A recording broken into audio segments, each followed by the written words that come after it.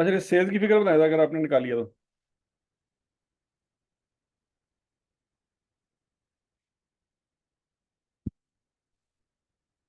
340419 ऐसी है।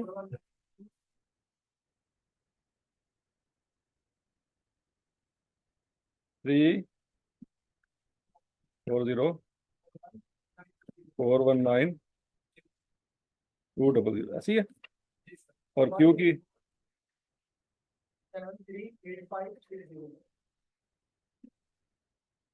60 और की 925026।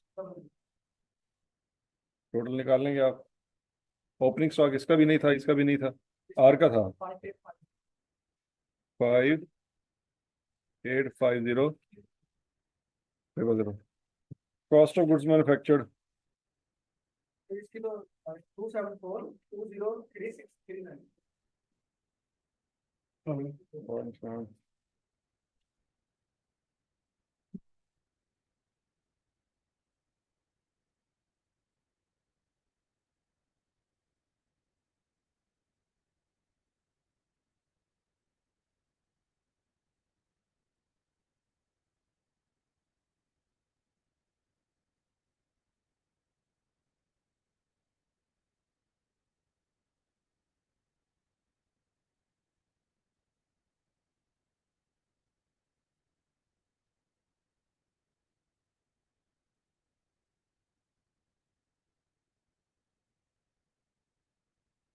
कॉस्ट ऑफ गुड्स मैन्युफैक्चर्ड क्या क्या आती है?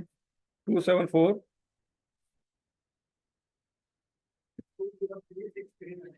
2036 है। नहीं, 274। ऊपर तो कुछ हो रहा है, नीचे कुछ और लिख पा रहे हैं आप। है ये खाना है तो ये बोला 204205, तो 203 लिखवा रहा है।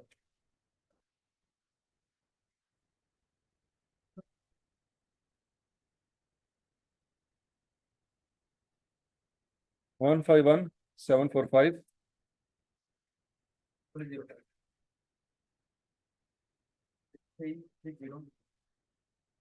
93602708। ठीक हो गया जी।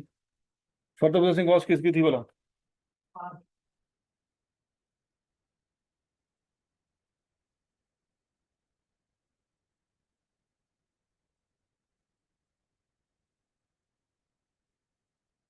कितनी थी? 17016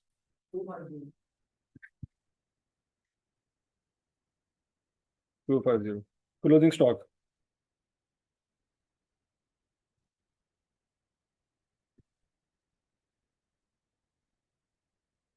क्लोजिंग स्टॉक उसने कितना बताया था जी?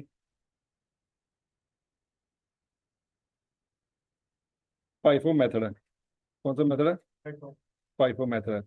तो बच्चों पी का क्लोजिंग स्टॉक कैसे निकलेगा? करंट मैन्युफैक्चरिंग कॉस्ट है।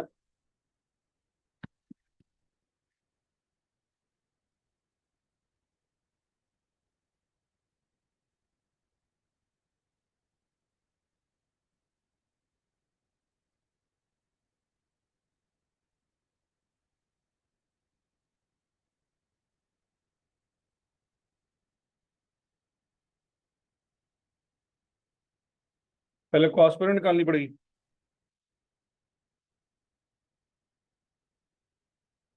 अच्छा जी। पी की कॉस्ट पर यूनिट कैसे निकलेगी बच्चों? 356338।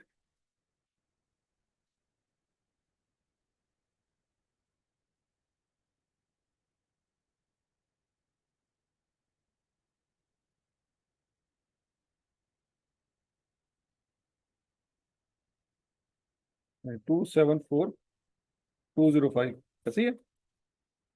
274205 85886।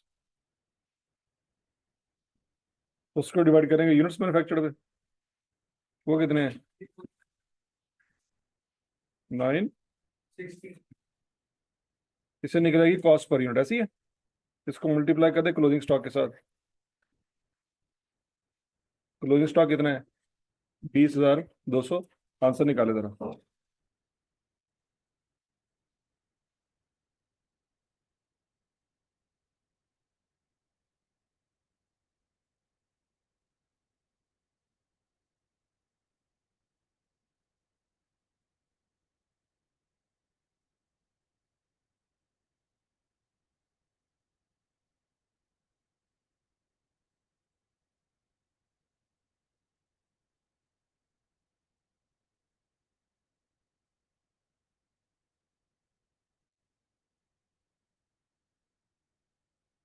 हाँ जी। 16010402। अच्छा जी। क्यू के।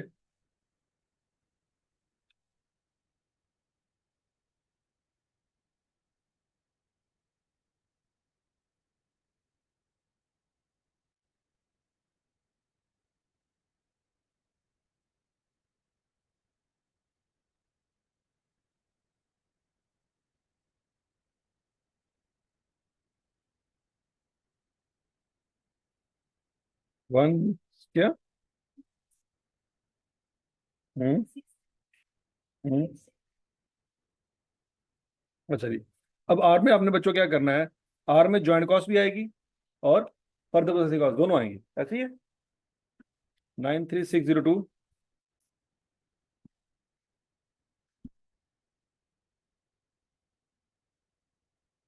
708 प्लस 17016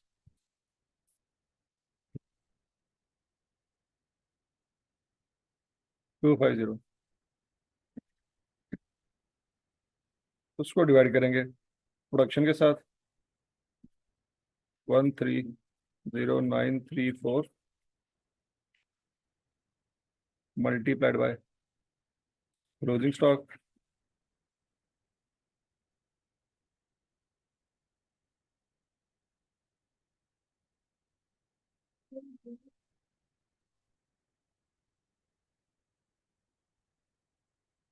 4066। हाँ।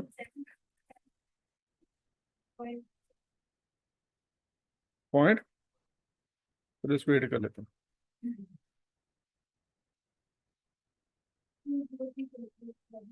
इसको।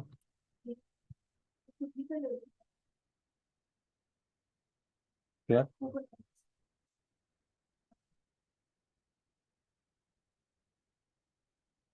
अच्छा जी। 1610111067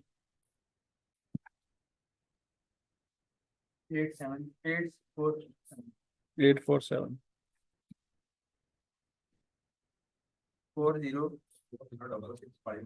4066 5। अच्छा जी। हम्म। यहाँ से बच्चों हमारी निकल आएगी cost of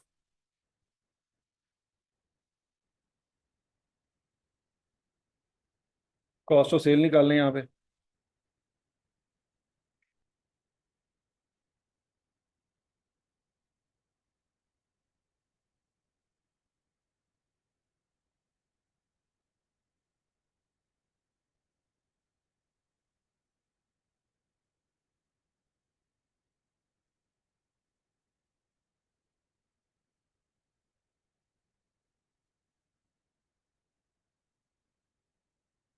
258 195 453 cost of cell है। अच्छा जी, ये 151 में से 11 माइनस करें। 140। हम्म।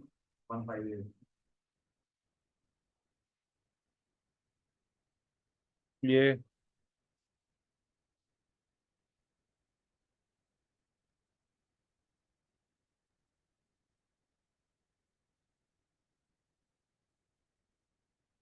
7 5 जी 1। बच्चों ये उसमें से माइनस करेंगे तो हमारा ग्रॉस प्रॉफिट आ रहेगा।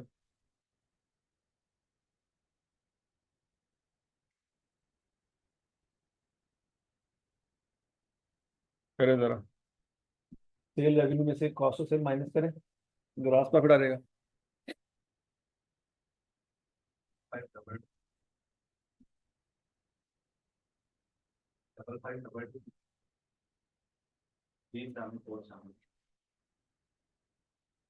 इधर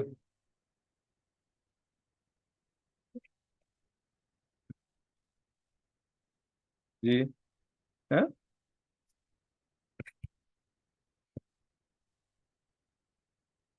इधर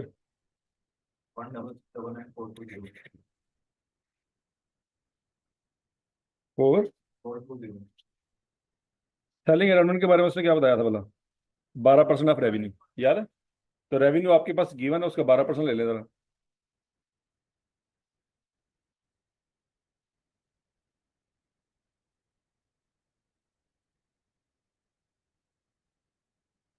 फोर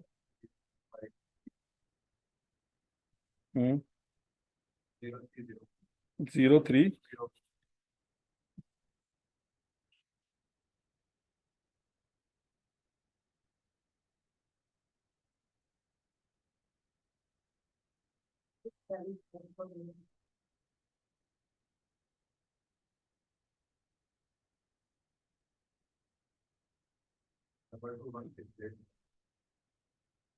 इसकी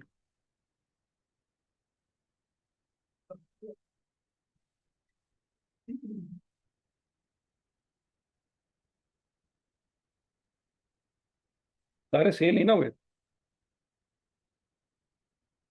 ये तो आउटपुट है कि ये सारे सेल हो गए, नहीं हुए, ठीक हो गया। तो यहाँ पे उसने नीचे बता दिया है कि सेलिंग और एडमिन दोनों को मिला के 12% बनता है। हमने 12% ले लिया तो उसमें वो भी आ रही होगी, यानी क्यों होगा।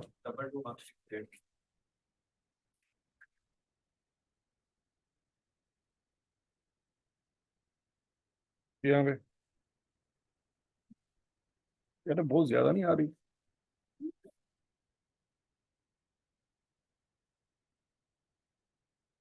बात, बताएंगे इसका 12%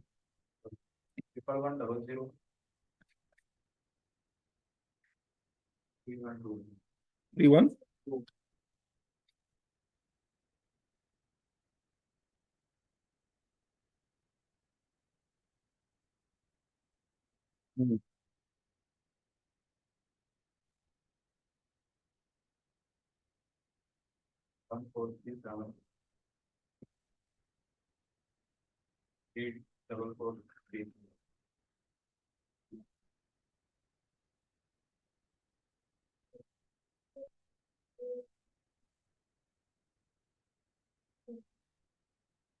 5 5 नहीं आता, क्या आता है यार, क्या करते हो? 5 8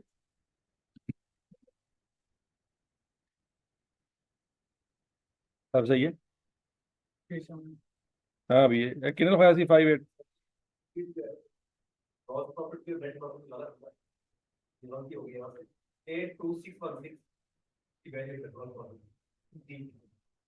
चलो देखते हैं, दोबारा चेक करो भैया सारा।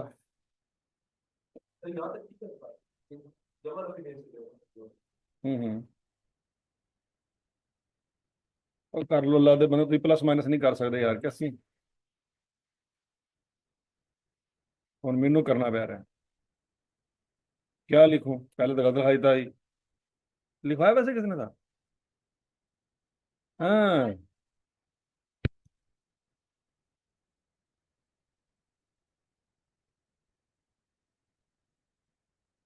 क्यू का क्या आ रहा है? अच्छा क्यू का ये ठीक है, क्रॉस प्रॉफिट यार, इसमें बेड़ा करा को है। अच्छा माइनस का जरा क्या था? 218 927 यहाँ पे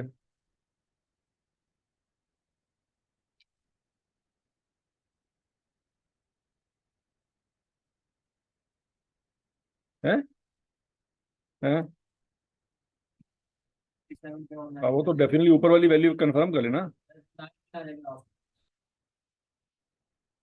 क्या आ जाएगा 47 की जगह 19 आएगा यहाँ पे? ऊपर ऊपर सर ग्रॉस प्रॉफिट में लास्ट में 90 47 की जगह 19 आएगा। दोबारा वैल्यू लिखाओ सारी। इतना टाइम सवाल करने नहीं लगा जिन्हें गलतियां ठीक करे चला।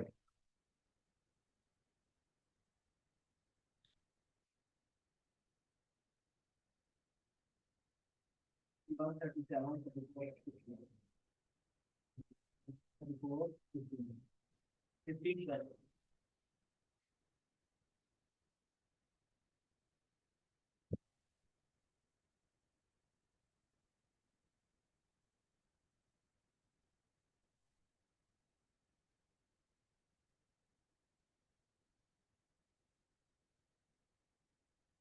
समझ आ गया थी?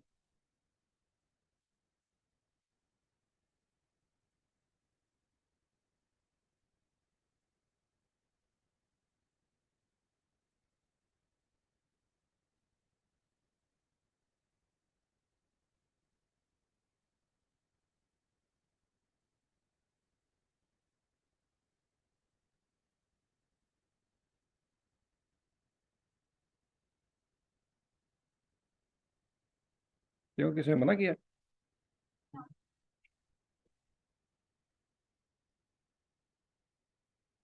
ये बच्चे आटम 24 में आया था सवाल। आटम 24 कितने साल पहले गुजरा है? वेरी गुड, शाबाश। ये लेटेस्ट टाइम का सवाल है।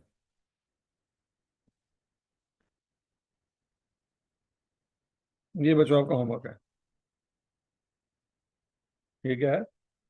होमवर्क है। नाम क्या है इसका? Epsilon limited. किस टाइम में आया था? आटम 24 में। कितने नंबर का आया था? 15 नंबर का। आपकी टाइम कौन सी है? आटम 25। इस तरह का सवाल आया ना आपको?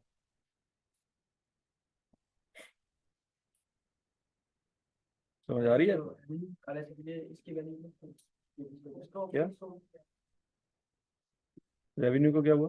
कुछ की वैल्यू देखो ना, रेवेन्यू में हमने निकालना है यूनिट सोल्ड। पहले क्या निकालना है हमने?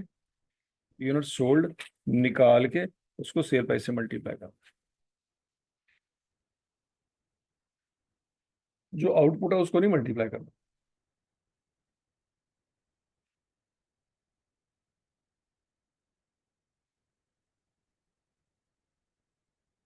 नहीं समझ रही? तो ठीक है जी। ये आपका बच्चों होमवर्क है। इसी तरह का सवाल आपको पेपर में आना है। तो ये सवाल आपसे होना बहुत जरूरी है। हमने बेसिकली इससे मुश्किल मुश्किल सवाल किए, ये आसान है। ठीक हो गया? लो जी, हमारा जर्नल बाय प्रोडक्ट बच्चों खत्म हो गया। आज हम शुरू करने जा रहे हैं जी प्रोसेस कॉस्टिंग।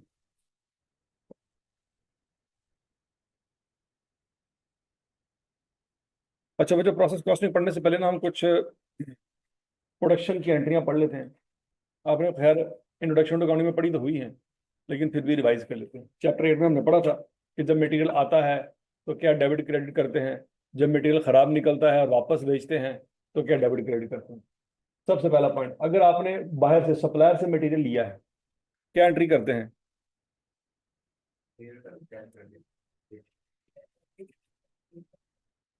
ठीक है जी।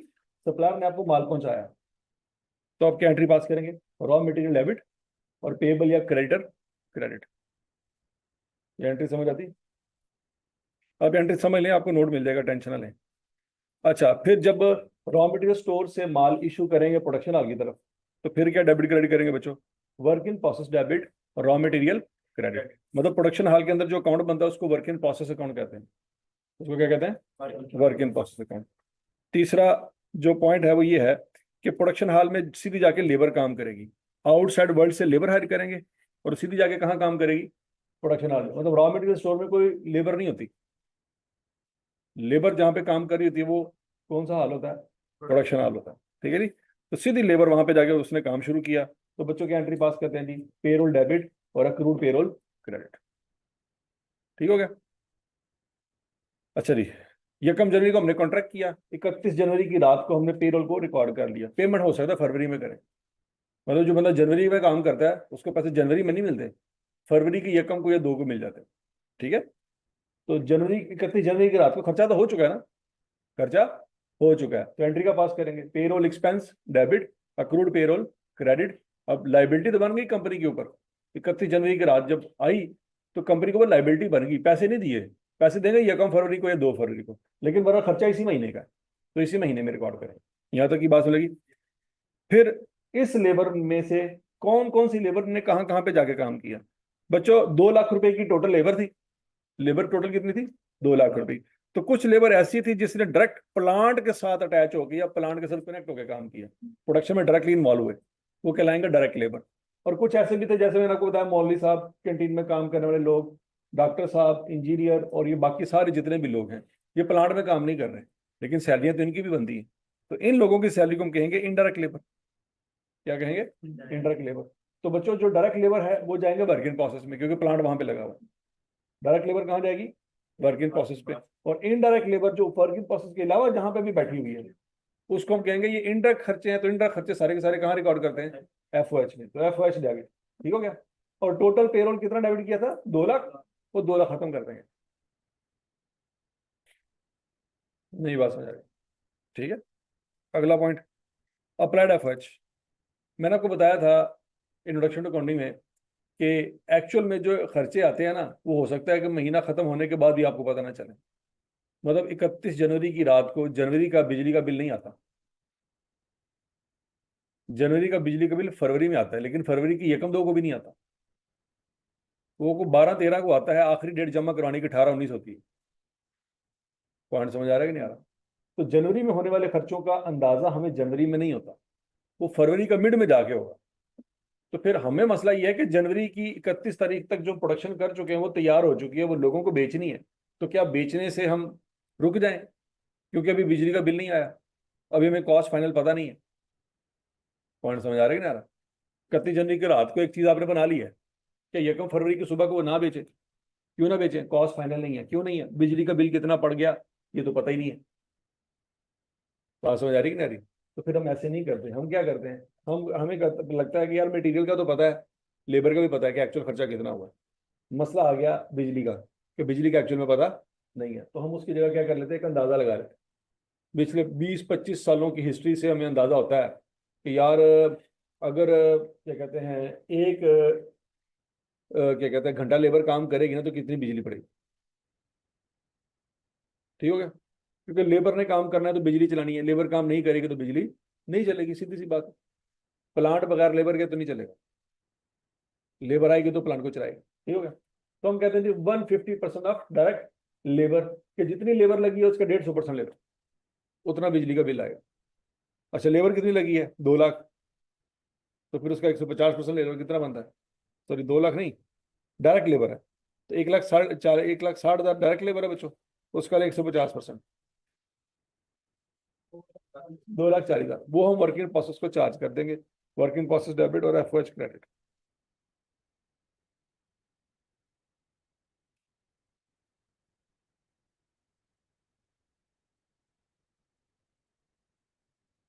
यहां तक की बात समझ लगी बच्चों। अच्छा, फिर बच्चों अब देखो मटेरियल भी लग चुका है, लेबर भी लग चुका है और बिजली भी लग चुकी है, तो इसका मतलब है चीजें तैयार हो जानी चाहिए।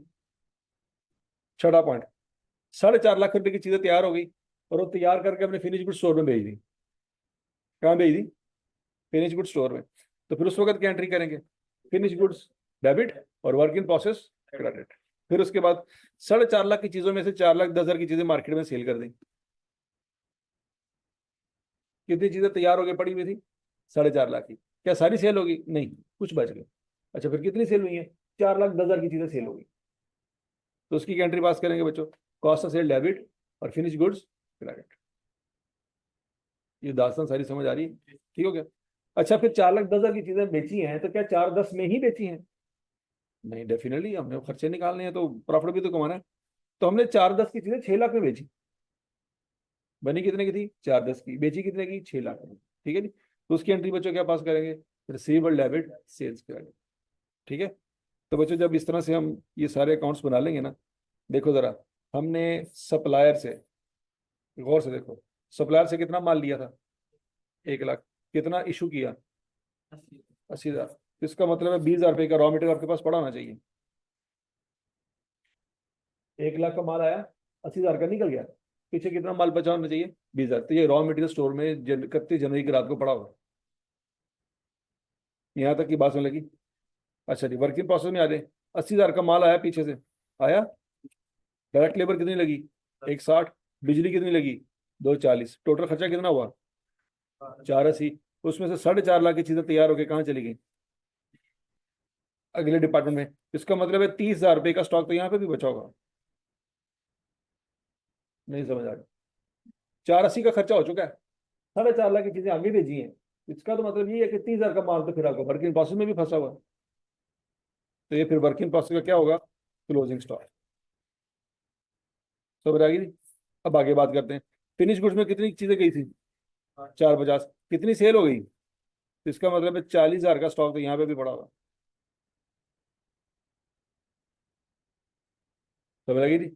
तो मैन्युफैक्चरिंग ऑर्गेनाइजेशन में 3 तरह का स्टॉक होता है: raw material, work in process और फिनिश गुड्स। ये तीनों स्टॉक बैलेंस शीट में चले जाएंगे। कहाँ चले जाएंगे? बैलेंस शीट में चले। ओके जी। अब पेरोल अकाउंट, 2 लाख रुपए का बिल था, 160 डायरेक्ट लेबर का और 40 इनडायरेक्ट का। ये अकाउंट खत्म हो गया। ठीक हो गया जी? फिर उसके बाद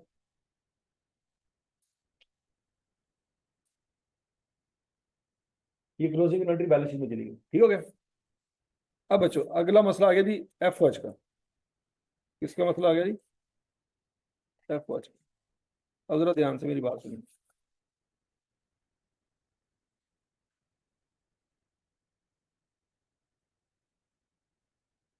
एफ वॉच हमने जो वर्किंग प्रोसेस को चार्ज की है बच्चों, वो कितनी चार्ज की है?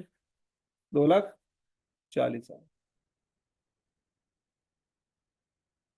ठीक हो गया? ये बात सुन लगी? अच्छा, उसमें से इंटरेक्ट लेबर एफ वॉच में आनी थी। इंटरेक्ट लेबर कितनी है? 40,000।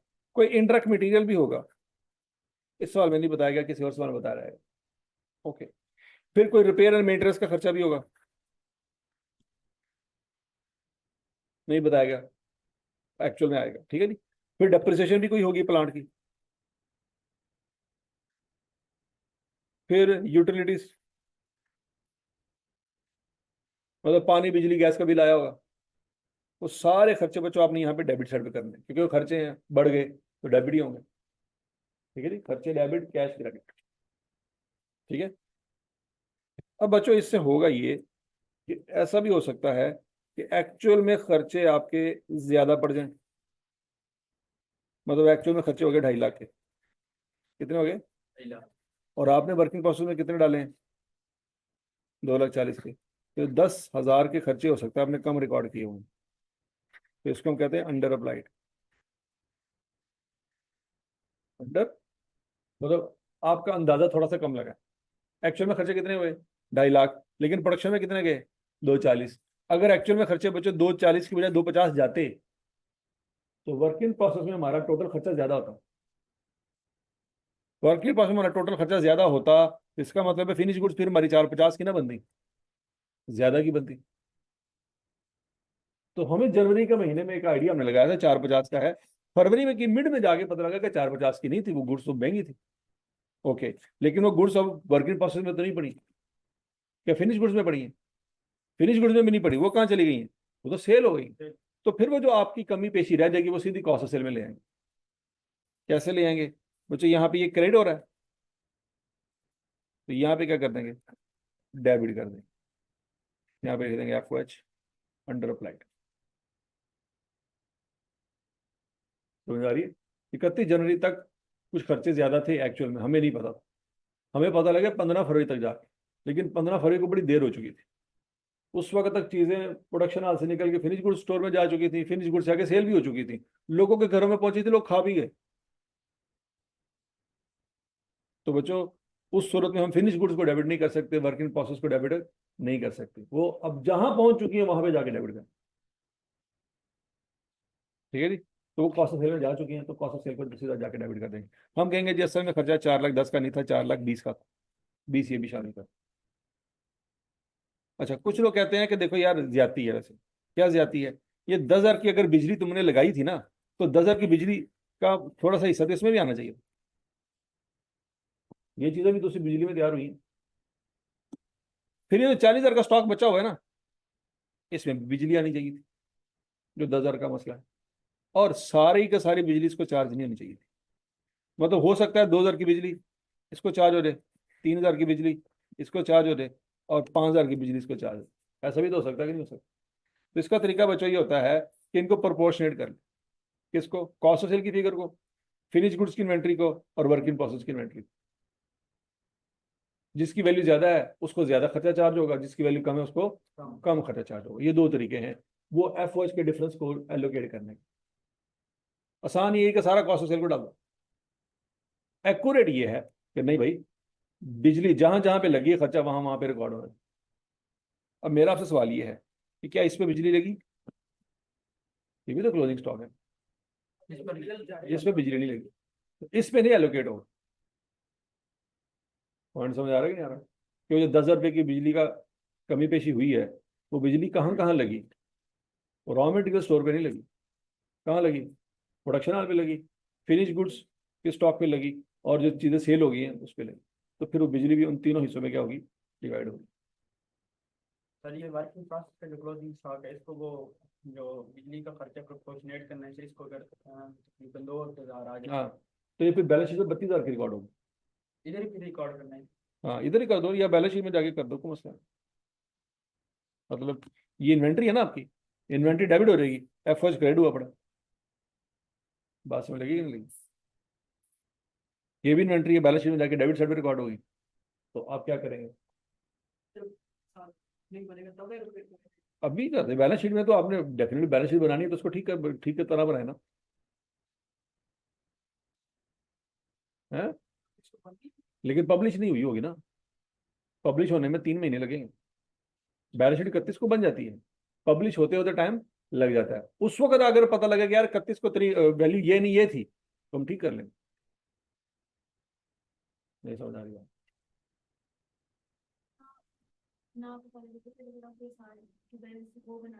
नहीं, अगर ना पता लगे तो फिर अकाउंटेंट चेंज कर लेंगे। अकाउंटेंट भंग पी के बैठा हुआ नहीं बात है।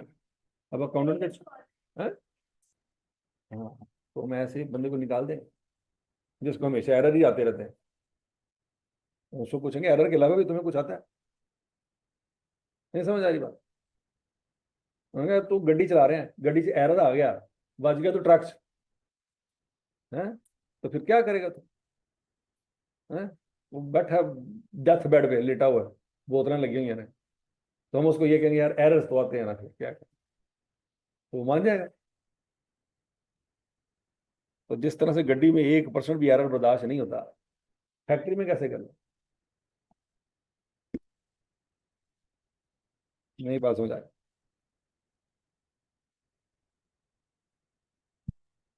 फैक्ट्री ऐसे नहीं चलती जैसे आप अपनी जिंदगी चला रही हैं, खा लिया पी लिया सो लिया, ऐसे नहीं होता।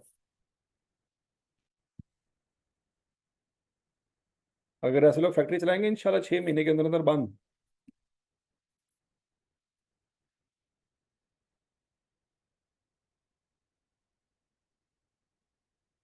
ठीक है जी, अब हाँ यहाँ तक की बात समझ लगी बच्चों? एंट्रियां क्लियर है? अगर आपने नहीं भी पास की तो नोट्स मिल जाएंगे, परेशानी होना आपने। लो जी बच्चों, हमारा अगला टॉपिक है प्रोसेस कॉस्टिंग। कॉस्ट अकाउंटिंग का सबसे लेंथी टॉपिक है और सबसे इंपॉर्टेंट भी है जी।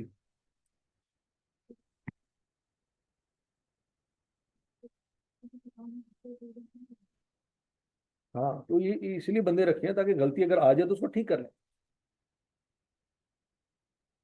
तो ठीक करना है, ठीक फरिश्ते आके करेंगे। ठीक कौन करेगा? मलकुल मौत है।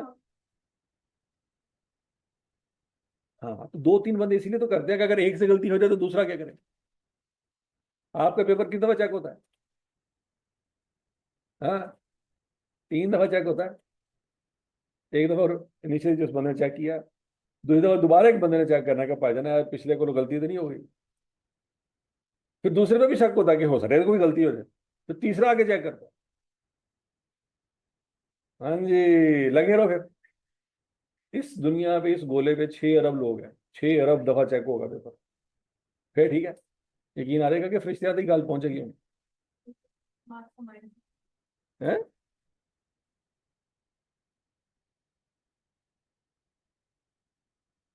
यार तो इसीलिए रखा हुआ, ऑडिट का प्रोसीजर भी रखा हुआ है कि आपने एक दफा कैलकुलेशन की है, उसमें गलती हो सकती है। देखो, एक टीम होती है ना, टीम में क्या होते हैं, 20-25 बंदे होते हैं, जूनियर, फिर सेमी सीनियर, फिर सीनियर, फिर सुपरवाइजर, फिर मैनेजर, फिर सीनियर मैनेजर, फिर डायरेक्टर, फिर पार्टनर। तो पार्टनर तक जाते जाते गलतियां पकड़ी जाएंगी कि नहीं पकड़ी जाएंगी? अगर जूनियर ने चवल मारी है तो कौन पकड़ लेगा? और अगर उसने चवल मारी है तो, उसने चवल मारी है तो अगर 100 गलतियां थी ना, तो 100 में से 95-96 तो पकड़ी गई होंगी ना पार्टनर तक जाते जाते। तो उसके पास रह जाएगी 4-5 गलती, वो देख ले। लेकिन 100 की 100 अगर उस तक पहुंची है, पार्टनर तो बेचारा गया। पार्टनर ने गलती की होगी तो पैसे पूसे लेके सेट हो जाएगी। भाई वो अमीर बंदा है, वो पैसे दे सकता है। लेकिन जूनियर, वो आप स्टेप पर एहतजाज करता फिरता है। ठीक हो गया जी? अच्छा जी बच्चों, प्रोसेस अकाउंट हमने समझना है। अब जब प्रोसेस अकाउंट की बात करेंगे ना बच्चों, हम प्रोडक्शन हाल में बैठे हुए हैं। कहाँ बैठे हुए हैं? प्रोडक्शन हाल में। हमारे पीछे कौन सा गोदाम है? Raw material. हमारे आगे कौन सा गोदाम है? ये बात याद है। अब जब तक हम ये टॉपिक पढ़ेंगे ना, हम प्रोडक्शन हाल में प्लांट वाले रूम में बैठे हुए हैं। यहाँ तक की बात में लगी। अब बच्चों पीछे से मटेरियल आया, कितना आया? 1000 किलो। खर्चा कितना है? 40,000। ये रॉ मटेरियल स्टोर से आ रहा है। समझ लगी बात? बाहर से लेबर आ रही है कितनी? 30,000। तो ये कौन सी लेबर होगी, डायरेक्ट या इनडायरेक्ट? आवाज नहीं आई। ये डायरेक्ट लेबर होगी। इनडायरेक्ट लेबर की बात हम यहाँ पे नहीं कर। और जो मटेरियल भी होगा वो बेसिकली डायरेक्ट मटेरियल होगा।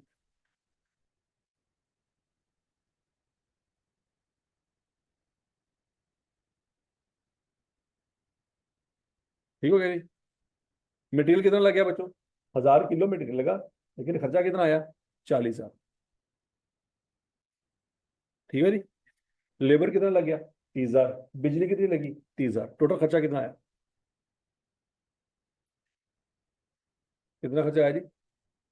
1 लाख। ठीक है जी? इस महीने में सारे के सारे 1000 kg तैयार करके हमें आगे भेज दी। आइडियल सिचुएशन, कोई लॉस नहीं है, कोई क्लोजिंग स्टॉक नहीं है, कोई नुकसान नहीं हुआ। जितने किलो आए थे उतने किलो तैयार करके आगे भेज दी। तो इन 1000 kg पे खर्चा कितना हुआ?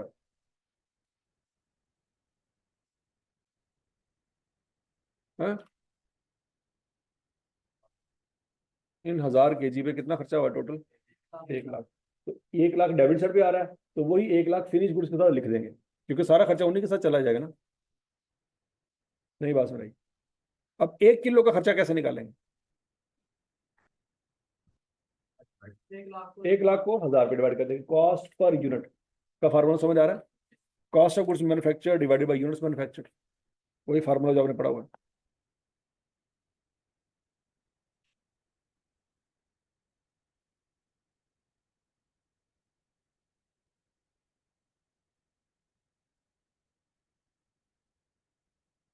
कॉस्ट पर यूनिट समझ आई सबको? क्या वजह 100 रुपए के अंदर मटेरियल, लेबर और बिजली तीनों शामिल है कि नहीं शामिल? 100 रुपए के अंदर मटेरियल भी शामिल है, लेबर भी शामिल है, और बिजली का खर्चा भी शामिल है। आगे चलते हैं। अगला सिनेरियो आ गया बच्चों। आपने 1000 यूनिट पे काम शुरू किया। मटेरियल का खर्चा कितना बढ़ा? 40,000। लेबर का खर्चा कितना बढ़ा? 30,000। ओवरऑल खर्चा कितना बढ़ा? 30,000। टोटल खर्चा कितना हो गया? 1 लाख। लेकिन 1000 यूनिट तैयार नहीं हो पाए। प्रैक्टिकल सिनेरियो की तरफ आ रहे हैं। आइडियल सिनेरियो ये था कि 1000 यूनिट शुरू किया, 1000 यूनिट खत्म हुए। लेकिन प्रैक्टिकल सिनेरियो ये है कि 1000 यूनिट शुरू किए लेकिन खत्म 1000 नहीं हुए, कुछ जाया हो गया। समझ आ रही है? 1000 यूनिट शुरू किए तो कितने कितने बन गए? 900। कितने जाया हो गए? 100। और ये जो 100 जाया हुए, ये हमारी नॉर्मल रूटीन का हिस्सा है। मतलब हम ये माना हुआ था कि इतने हो जाते, तो ये कौन सा लॉस है? ये नॉर्मल लॉस है, क्योंकि हमें पता है ऐसा होना ही होना। अच्छा, ये जो 100 यूनिट जाया हुए मार्केट में जाके हमने रेट लगवाया, कोई कबाड़िया नहीं मिला, कोई कोई इसकी हमें से रिकवरी नहीं मिली, ऐसे ही है। ये बात मैं आपको पढ़ा चुका हूँ। तो फिर नॉर्मल लॉस की कॉस्ट को कौन बर्दाश्त करेगा? ऊपर वाले। उन 900 यूनिट के ऊपर 1 लाख रुपए का खर्चा आया हमारा। अब हम 900 यूनिट को कहेंगे भाई तुम्हारे ऊपर 1 लाख रुपए लगा है, वो चीखते रहेंगे भाई साढ़े थे क्यों लग गया, 100 यूनिट हो गए तो जाया हुए ना। तो हम क्या जवाब देंगे? भाई तुमको बनाने में उन्होंने कुर्बानी दी है, समझ लगी ना? तुम बन ही ना सकते अगर वो कुर्बान ना हो, तो लिहाजा उनका खर्चा अब तुम बर्दाश्त करो। नहीं समझ आ रही बात?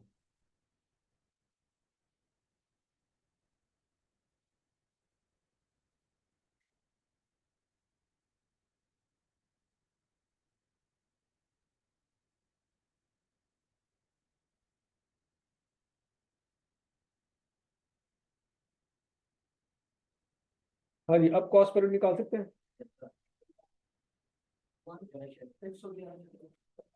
111 या ये जो ऊपर वाला 11 है, ये नॉर्मल लॉस की वजह से पड़ा है, वैसे 100 आना चाहिए था।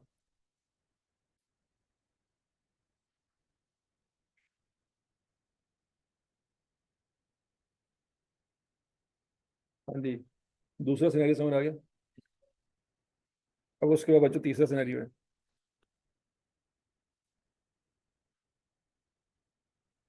तीसरे सिनेरियो में वन सेकेंड वही 1000 kg पे काम शुरू हुआ, 40,000 का मटेरियल था, 30,000 का लेबर था, 30,000 का ओवरहेड था, 900 यूनिट बने, लेकिन जो 100 यूनिट जाया हुए उसका हमें कबाड़िया मिल गया। कबाड़िया ने कहा मैं हर यूनिट जो तुम्हारा जाया हो गया मैं 5 रुपए का ले लूंगा।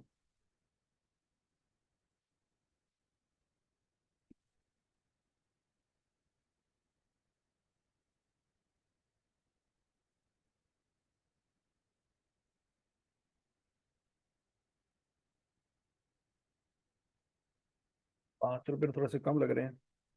ऐसा करते हैं कि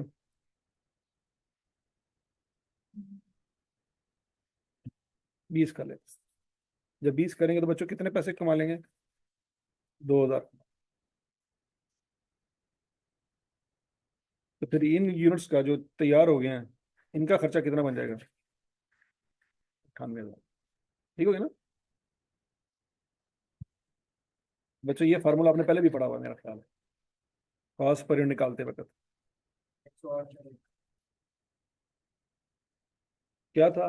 cost of goods manufactured minus recovery value of normal loss, याद आ रहा कुछ कुछ, डिवाइडेड बाय, अगर इनपुट लेंगे तो उसमें से नॉर्मल लॉस के यूनिट माइनस करेंगे, और अगर आउटपुट लेंगे तो फिर आउटपुट ही लेंगे, उसमें प्लस कुछ नहीं करेंगे। याद आ रही बचपन की बातें? 10।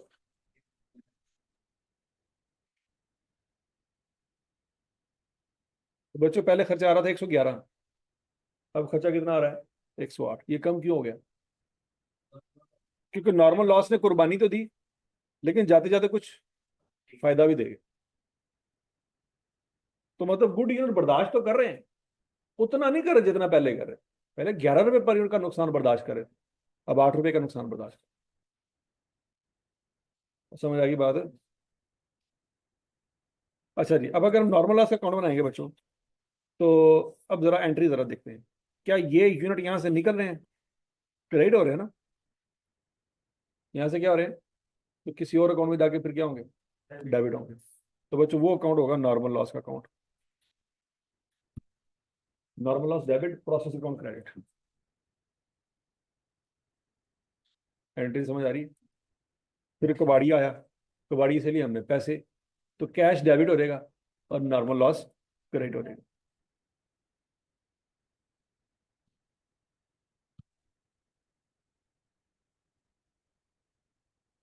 Cash debit, normal loss credit. वाह, क्या बात करती, क्या बात करती, होना ही पड़ गया है। वही तो मैं कह रहा हूँ, अब नहीं दी हुई कबाड़ी आएगा। अब बोलो तो सही, तो नॉर्मल लॉस का कौन बनेगा? मुझे बताओ यहाँ से क्रेडिट क्या हो रहा है जो वहां पे जाके डेबिट होना है? देखो डेबिट क्रेडिट करने के लिए कोई अमाउंट चाहिए ना, कि किलो चाहिए। हाँ शाबाश,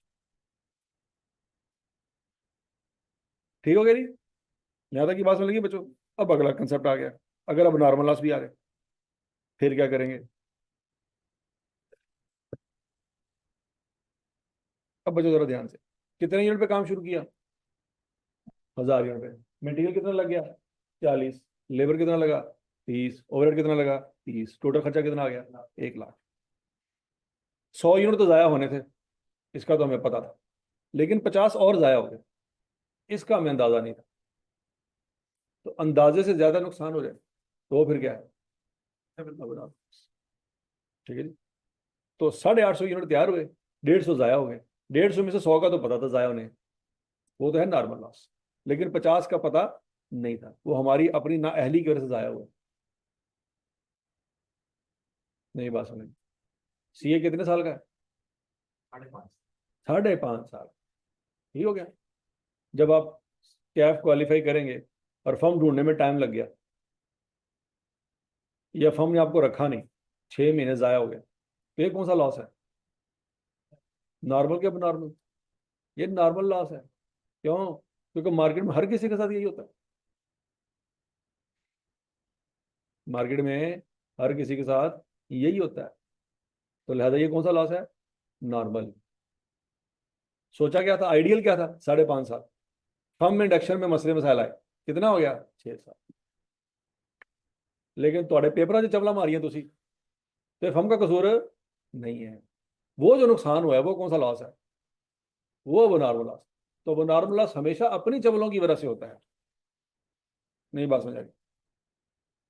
वो नुकसान जो किसी के चवलों से हो, वो कौन सा है, नॉर्मल, क्योंकि आपका कसूर नहीं है। लेकिन वो जो आप अपनी चवलों की वजह से हो, तो बराबर, क्योंकि वो आप कंट्रोल कर सकते हैं।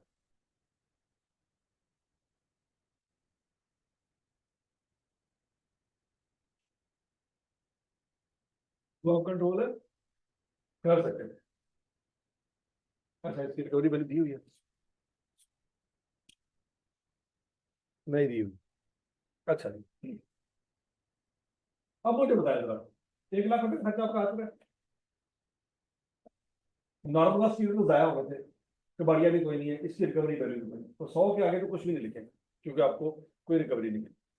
लेकिन मसला यह है कि 50 के आगे तो कुछ ना लिखें, या सारे के सारे 1 लाख रुपया ये 850 बर्दाश्त करें।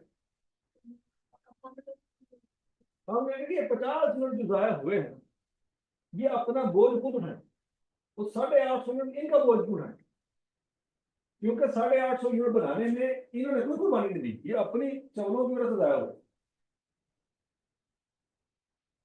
पीआरसी के पेपर में पहले टाइम में पास कर लिए, कैफ में आपके 4 साल लगे, तो क्या पीआरसी का कसूर है, पीआरसी का कोई कसूर नहीं है भाई। तुमने बाद में जाके चल मारी है, पहले तो तुम ठीक चल रहे थे, ठीक है जी।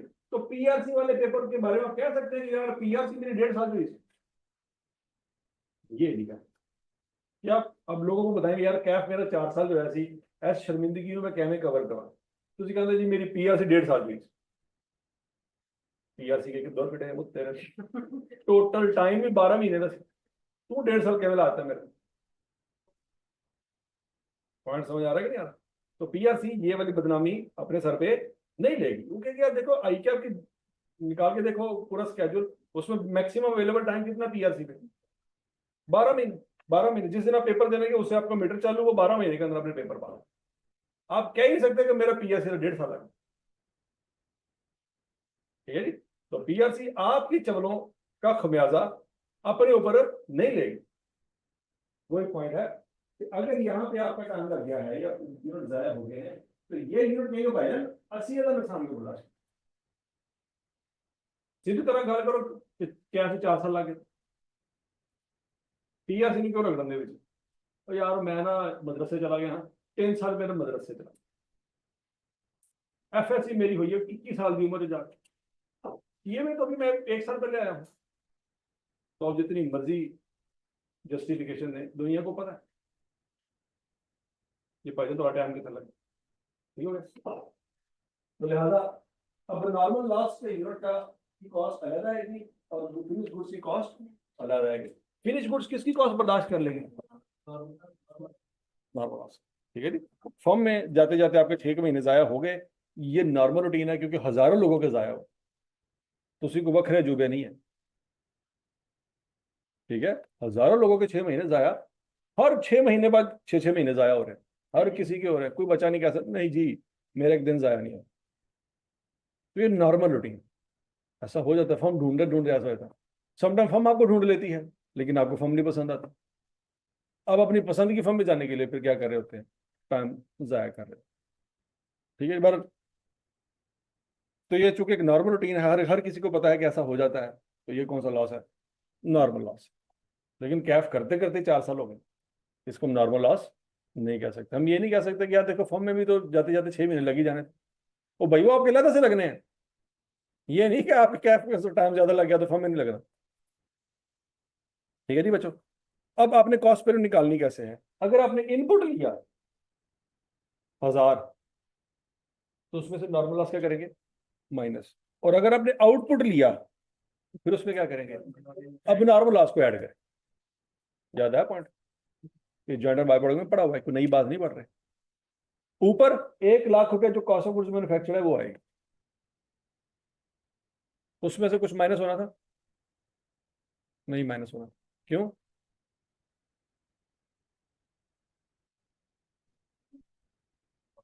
1 लाख में किसकी?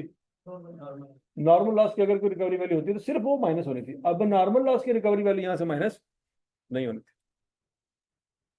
तो बच्चों आपकी total cost of goods manufactured 1 lakh है। ठीक हो गया? तो अब नीचे आ जाएगा बच्चों आउटपुट प्लस अब नॉर्मल लॉस, या अगर आपने इनपुट लेना है तो उसमें से नॉर्मल लॉस माइनस करना, जैसे मर्जी कर।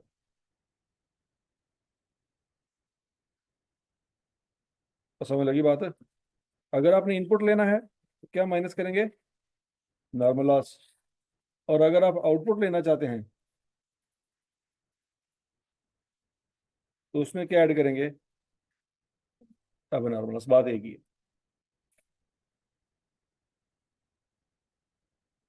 ऊपर आएगी cost of goods manufacture divide करेंगे 111/11, वो दोबारा वही 111/11 वाली वैल्यू आ गई जो सबसे पहले आई थी, उसमें सिर्फ नॉर्मल लॉस था। तो बच्चों यहां पे भी हम यही एज्यूम करेंगे कि फिनिश गुड्स सिर्फ नॉर्मल लॉस के खर्चे को बर्दाश्त कर।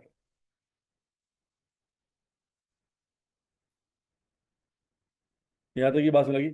अब हर एक यूनिट 111/11 का है बच्चों, तो 850 को मल्टीप्लाई करें 111/11 से, क्या आंसर आएगा? 94,443.5। तो अब वो 111/11 को 50 से मल्टीप्लाई कर दें, 5,555, इन दोनों को टोटल करेंगे तो 1 लाख बन जाएगा।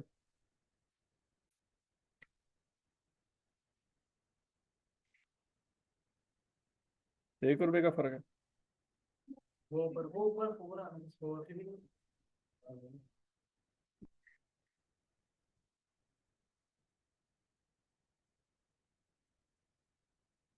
समझ लगी बात है? तो इस तरह से खर्चा डिस्ट्रीब्यूट हो जाएगा।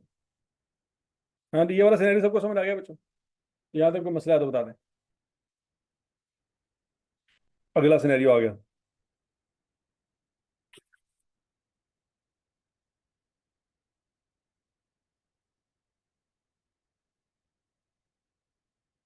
हाँ जी, अगला सिनेरियो बच्चों वही है। अब रिकवरी वैल्यू आ गई। दास्तान सारी पुरानी है। 1,000 यूनिट में काम शुरू किया, मटेरियल कितना लगा? 40,000 का। लेबर कितना लगा? 30,000 का। ओवरहेड कितना लगा? 30,000 का। टोटल खर्चा कितना आया? 1 लाख। 1,000 यूनिट बनाने थे लेकिन 850 यूनिट बने। 100 जाया होने थे, पता था एडवांस में, लेकिन 50 ऐसे जाया हुए जिनका पता नहीं था। ठीक हो गया जी?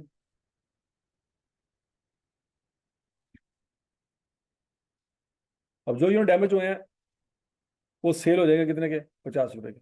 अच्छा, कबाड़िया ये आइडेंटिफाई कर पाएगा कि नॉर्मल लॉस कौन सा है, नॉर्मल लॉस कौन सा है? उसके लिए तो कोई नहीं है ना। हमारी तवक्को से ज्यादा नुकसान हो गया है, वो नॉर्मल लॉस है। ठीक हो गया?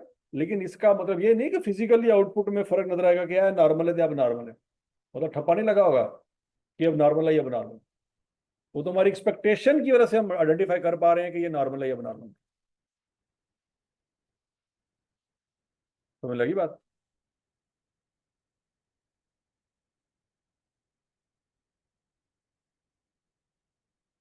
अच्छा जी, जब हर यूनिट 50 का सेल हो गया तो कबाड़िया फिर अब नॉर्मल लॉस वाले यूनिट भी ले लेगा और नॉर्मल वाले भी ले लेगा, सारे ले लेगा ना। अच्छा चलो, कबाड़िया की तो बात बाद में करते हैं, पहले आप कॉस्ट पर यूनिट निकाल लें जरा, शाबाश।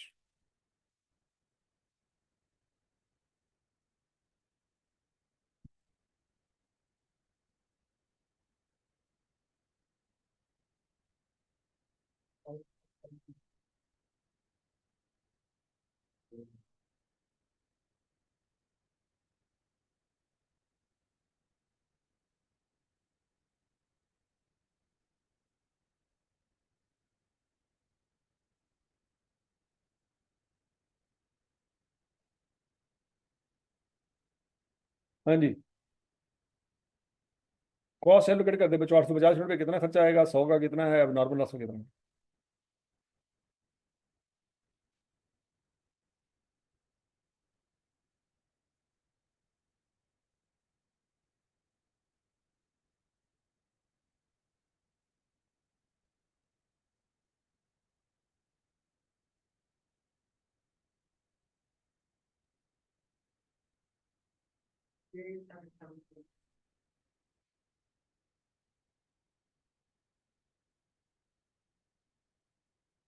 हाँ जी, ये आपकी क्या आ गई, कॉस्ट ऑफ गुड्स मैन्युफैक्चर, ये आगे क्या आ गई, recovery value of normal loss. ठीक हो गया। नीचे 850 जमा 50 कर लें, या 1000 माइनस 100 कर लें। अगर आप इनपुट लेंगे तो उसमें से नॉर्मल लॉस माइनस करेंगे, अगर आप आउटपुट लेंगे तो उसमें नॉर्मल लॉस ऐड करेंगे।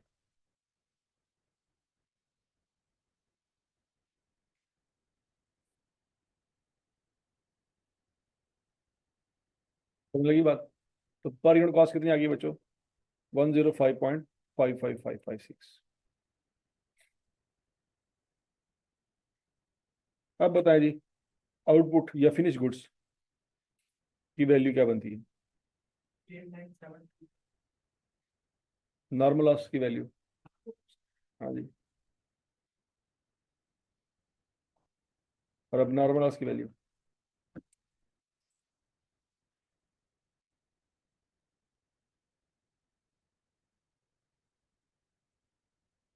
5278।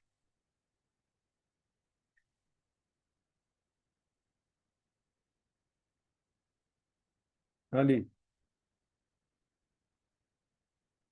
तो समझ आ गई सबको, क्लियर है?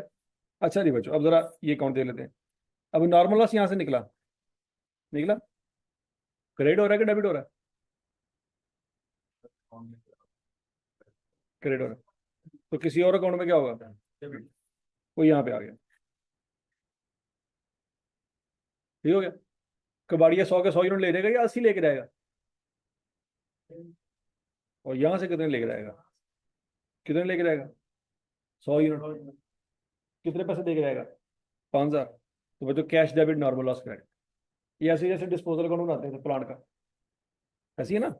पहले अगर कोई मशीनरी आपकी डिस्पोजल हो रही है तो पहले उसको मशीनरी अकाउंट में से निकालते थे, डिस्पोजल में डालते थे, फिर डिस्पोजल के उस साइड पे कैश आता था। ये वही उसी तरह की स्टोरी है। समझ आई बात है? अच्छा जी, अब अगला पॉइंट, अब नॉर्मल लॉस भी यहाँ से निकलेगा बच्चों, इसका भी डिस्पोजल अकाउंट बनाएंगे। यहां से बच्चों डिस्पोजल क्रेडिट हो रहा है, तो इसका अपना अकाउंट बनेगा, यहाँ पे क्या कर देंगे, उसको डेबिट कर देंगे।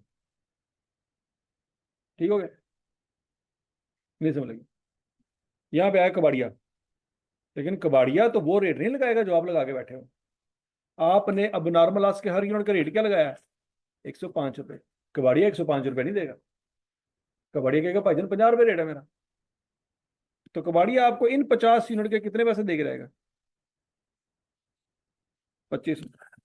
नहीं समझ लगी? क्लियर? अच्छा, आप अब आप सोचेंगे बैठ के कि यार मेरा खर्चा कितना आया था, 5278, मुझे पैसे कितने मिले, 2500। बाकी कितना खर्चा मेरा अभी रिकवर नहीं हो सका, 2778 रुपये। ये असल में नुकसान है जो लॉस ऑन डिस्पोजल की तरह प्रॉफिट एंड लॉस में चला जाएगा।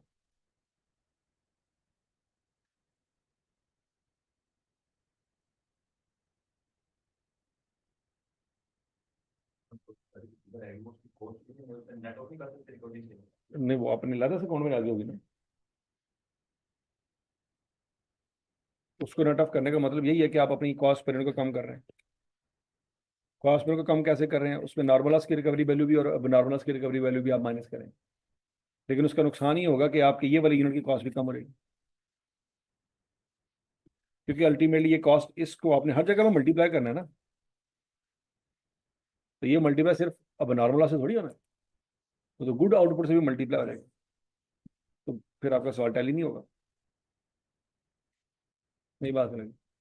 तो अगर अब नॉर्मल लॉस से कुछ पैसे आने हैं तो अब नॉर्मल लॉस अकाउंट में रिकॉर्ड कर लो। ये ऐसी ही जैसे मशीन आपने बेची, खराब हो गई तो मशीन बेची, तो यहाँ से तो मशीन की कॉस्ट निकालते होते हैं ना, फिर उसको आगे बेचते हैं, कैश लेते हैं, कभी फायदा होता है कभी नुकसान होता है। यहाँ पे नुकसान हो गया। नुकसान क्यों हो गया? कि मशीन की कैरिंग वैल्यू से कम पैसे मिले आप। ठीक है, मशीन की कैरिंग वैल्यू थी 5278, पैसे कितने मिले? 2500, वो लॉस ऑन डिस्पोजल। ये वही लॉस ऑन डिस्पोजल। क्या कभी आपने लॉस ऑन डिस्पोजल मशीन में देखा? प्रॉपर्टी प्लांट इक्विपमेंट के अकाउंट में कभी देखा लॉस ऑन डिस्पोजल? वो मेरा की वेखन है उत्थे देखा है? पता नहीं मैं की कहना। ये बायो का टॉपिक है, उसकी बात कर रहा हूँ मैं। खटुआ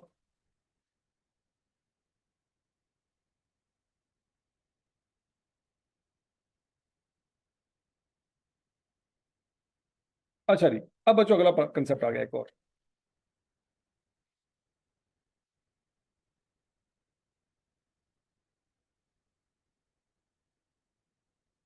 कंसेप्ट ये आया बच्चों कि हमने 1000 यूनिट पे काम शुरू किया था। कितने यूनिट पे काम शुरू किया था? 1000 यूनिट पे। मटेरियल लगा 40,000, लेबर लगा 30,000, और ओवरहेड कितना लगा? 30,000। टोटल खर्चा कितना हो गया? 1 लाख। अब मेरे दिमाग में यही था कि 100 यूनिट ज़ाया हो जाएंगे। कितने यूनिट ज़ाया हो जाएंगे? 100 यूनिट। तो कितने फिनिश गुड्स में बन जाएंगे? 900 बन जाएंगे। लेकिन जब मैंने प्रोडक्शन के एंड पे जाके देखा तो 920 यूनिट बने पड़े। तो मेरे अंदाजे से कम नुकसान हुआ कि ज्यादा नुकसान हुआ? कम नुकसान। अब पिछले 25 सालों से मेरे 100 यूनिट तबाह हो रहे थे। एक दो दिन की दास्तान तो थी नहीं। 25 सालों से मैं प्रोडक्शन कर रहा हूँ, 25 सालों से मेरे 100 यूनिट तबाह हो रहे थे। इस दफा आके देखा कि 100 यूनिट तबाह नहीं हुए, 80 यूनिट तबाह हुए। खुशी तो हुई, लेकिन ये मेरा कमाल नहीं है। 20 यूनिट अगर बच गए हैं तो ये लेबर ने बचाए। लेबर एफिशिएंट होगी। पिछले 25 सालों से मुझे अच्छी लेबर नहीं मिली थी। इस साल मैंने नए बंदे रखे हैं, तो उन्होंने क्या किया? 100 यूनिट तबाह होने से उन्होंने 20 यूनिट बचा ली। जहाँ 100 यूनिट तबाह होते थे, वहां पे इस दफा 80 यूनिट तबाह हुए। तो ये जो 20 यूनिट का फायदा हुआ है, वो प्रोडक्शन प्रोसेस, मतलब वो पिछले 25 सालों में तो कभी नहीं हुआ। ऐसे ही है ना। तो जिन लोगों ने वो बचाया है, उनको हम फिर अलग से रिकॉर्ड करें। पॉइंट समझ आ रहा है? तो हम यहाँ पे नॉर्मल लॉस में 100 यूनिट ही लिखेंगे, क्योंकि 25 सालों से तो 100 तबाह होते आ रहे हैं। हम ये 100 तो लिखने हैं ना, क्योंकि तबाह होते आ रहे हैं। लेकिन जब आप ये 100 लिखेंगे ना बच्चों, तो यहाँ पे आपको 20 यूनिट का गेन लिखना पड़ेगा। क्यों बोला? ऊपर कितने यूनिट आ रहे हैं? 920। नीचे कितने लिखे हैं? 100। तो यहाँ पे टोटल कितना आ जाएगा? जबकि यहाँ पे क्या लिखा हुआ है? 1000। तो ये टैली नहीं होगा। टैली करने के लिए यहाँ पे कुछ लिखना पड़ेगा। नहीं बात समझ। अगर किसी ने को काम आउट ऑफ द वे जाके मेहनत करके एफर्ट पुट करके कुछ किया है ना, तो उसको अलहदा से रिकॉर्ड करो, ताकि उसको नजर आए कि हाँ, मेरे काम की जो है वो कंपनसेशन पे हो रही है या बदला मिल रहा है मुझे। नहीं बात समझ। एक तरीका तो ये बच्चों, यहाँ पे कुछ भी ना लिखो, और यहाँ पे 100 की बजाय क्या लिख दो? 80 रुपये। 80 यूनिट लिख दो। एक्चुअल में 80 दबाव हुए हैं। इससे क्या होगा कि जिन बंदों ने मेहनत की है ना, उनकी मेहनत गायब हो जाएगी, नजर नहीं आएगी। उनकी मेहनत नजर नहीं है। नहीं आएगी। हम कहेंगे भाई 25 साल से यहाँ पे 100 लिख रहे हैं, तो इस दफा भी क्या लिखेंगे, 100 ही लिखेंगे। तो उस सूरत में फिर 20 यूनिट आपको यहाँ पे लिखने हैं। यहाँ तक की बात में लगी। अगला पॉइंट, अब हमने निकालनी है कॉस्ट पर यूनिट। पहले अब अपनी कॉस्ट, अच्छा, अब ये 100 यूनिट, हर यूनिट मार्केट में 5 रुपए का सेल हो जाएगा। सॉरी, 5 रुपए का नहीं, 50 रुपए का सेल हो जाएगा रिकवरी वैल्यू। तो बड़ी से कितने पैसे मिल जाएंगे, 5,000। तो 5,000 उसकी रिकवरी वैल्यू आ गई नॉर्मल लॉस। अब मुझे बताएं हर यूनिट कितने का तैयार हुआ,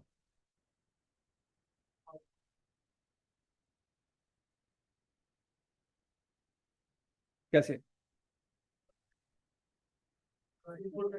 देखो बच्चों, खर्चा आया हमारा 1 लाख रुपए। खर्चा कहाँ क्या है हमारा, 1 लाख रुपए। उसमें से माइनस करेंगे recovery value of normal loss, ऐसी है। अब नीचे डिवाइड क्या करना है, ये बड़ा इंपॉर्टेंट है। इनपुट माइनस नॉर्मल लॉस कर लो, या अगर आपने आउटपुट लेना है तो उसमें अब नॉर्मल लॉस प्लस किया करते थे, अब नॉर्मल गेन आ रहा है, ऑपोजिट करेंगे। देखो, इनपुट माइनस नॉर्मल लॉस तो हमेशा से आपने पढ़ा हुआ है। अगर आप भूल भी जाएं तो ये वाला पॉइंट तो आपके पास है क्या, इनपुट माइनस नॉर्मल लॉस, उसके मुताबिक कितने आने हैं, 900। लेकिन आप कहते हैं नहीं सर अब आउटपुट लेना चाहिए, तो आउटपुट ले लें। फिर उसमें प्लस अब नॉर्मल लॉस नहीं होगा, माइनस अब नॉर्मल गेन। नहीं समझ आई। देखो, इनपुट माइनस नॉर्मल लॉस तो हर सिनेरियो में अप्लाई हो रहेगा ना। लेकिन अगर आप अब नॉर्मल लॉस या अब नॉर्मल गेन की बात करना ही चाहते हो, तो अब नॉर्मल लॉस को प्लस किया करते थे, अब नॉर्मल गेन हो रहा है, फिर इसको क्या करेंगे, माइनस करें।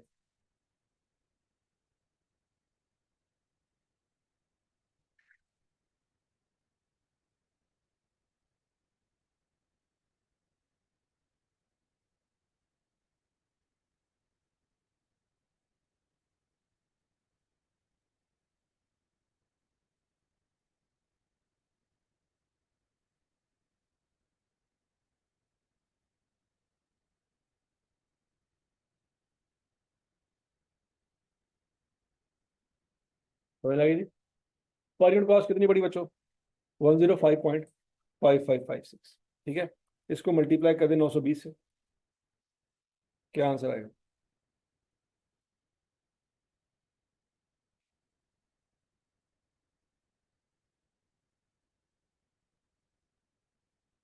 105.5556 को मल्टीप्लाई कर दें 920 से, 971111। ठीक है, नॉर्मल लॉस की वैल्यू होगी 5,000। अब वो 20 यूनिट जो बने हैं, क्या वो पूरे बने हैं कि आधे बने हैं, अब बोलो तो सही। वो जब नॉर्मल गेन है, वो कंप्लीट बने थे या आधे बन के तबाह हो गए थे, वो पूरे बने। अब नॉर्मल गेन का मतलब ही है कि उनमें कोई मसला था नहीं, जब मसला था नहीं तो फिर पूरे बने होंगे। तो बच्चों उसकी भी फिर पूरी पूरी कॉस्ट आएगी। कैसे, 105 सर, ये 5 5 को 20 से भी मल्टीप्लाई करें,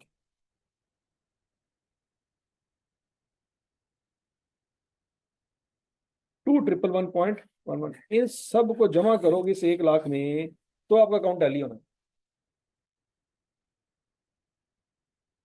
तो रही बात, पहले 1 लाख आया करता था, अब 1 लाख नहीं आना, उधर भी नहीं आना और इधर भी नहीं आना। ये मौज है यार, आंसर 1,02,000 आया सी लेकिन टैली हो गया, मतलब आंसर गलत आ रहा सी लेकिन गलत टैली हो गया। टोटल आना चाहिए था 1 लाख, क्योंकि खर्चा तो 1 लाख ही हुआ। उस तरफ का टोटल कितना आ रहा है, 1,02,000, और इस तरफ का टोटल 1,02,000 ही आ रहा है। तो लगी बच्चों, अब नॉर्मल लॉस आएगा तो क्या करेंगे, अब नॉर्मल गेन आएगा तो क्या करेंगे, यहाँ तक का पॉइंट क्लियर है सबको।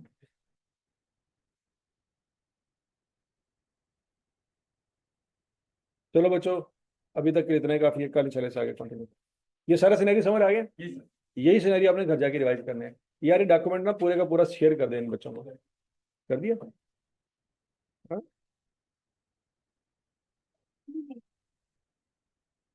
कल वाला क्वेश्चन हो गया हुआ, खुला नहीं था।